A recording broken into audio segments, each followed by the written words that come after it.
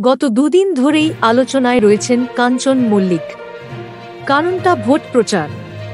শ্রীরামপুরের প্রার্থী কল্যাণ বন্দ্যোপাধ্যায়ের হয়ে বৃহস্পতিবার ভোট প্রচারে বের হয়েছিলেন কাঞ্চন মল্লিক।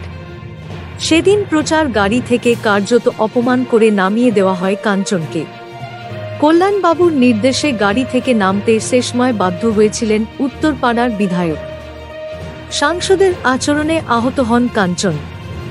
এদিকে শেষময় অসুস্থ হয়ে বাইপাসের ধারে এক হাসপাতালে ভর্তি ছিলেন শ্রীময়ী চট্টরাজ। কাঞ্চন মল্লিককে গাড়ি থেকে নামিয়ে দেওয়ার ঘটনায় মুখ খুলেছেন কাঞ্চন পত্নী। কল্যাণ কাঞ্চন ইস্যুতে শ্রীময়ী বলেন, আমি দেখলাম, কিন্তু এখানে আমি কি বলবো? এটা তো পলিটিক্যাল বিষয়। শ্রীময়ীর কথায় তিনি নিজেও এই বিষয়টিতে অবাক হয়ে গিয়েছেন। তার স্বামী কাঞ্চন মল্লিক রোজই প্রচারে বের হচ্ছেন, তবে এত গরমে ভোট হচ্ছে সেটা নিয়েই তিনি উদ্বিগ্ন ছিলেন বলে জানান শ্রীময়ী।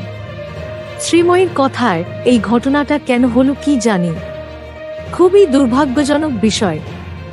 ওর একটু খারাপ লেগেছে, কারণ কল্যাণদাকে কাঞ্চন খুব ভালোবাসে।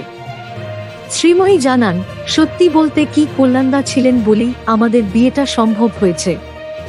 শুরু থেকেই উনি আমাদের খুব সাপোর্ট করেছেন। শ্রীময়া জানান, তার সঙ্গে কল্যাণ বন্দ্যোপাধ্যায়ের কম কথা হয়, তবে কথা হলে তিনি সব সময় তাঁকেও সাপোর্ট করেছেন। কল্যাণ বন্দ্যোপাধ্যায় না থাকলে হয়তো তাদের বিয়েটাই হতো না। কাঞ্চন পত্নীর কথায় হতে পারে কোনো ইন্টারনাল ইস্যু। আর thank you so much for watching. Subscribe our channel and press the bell icon for more updates.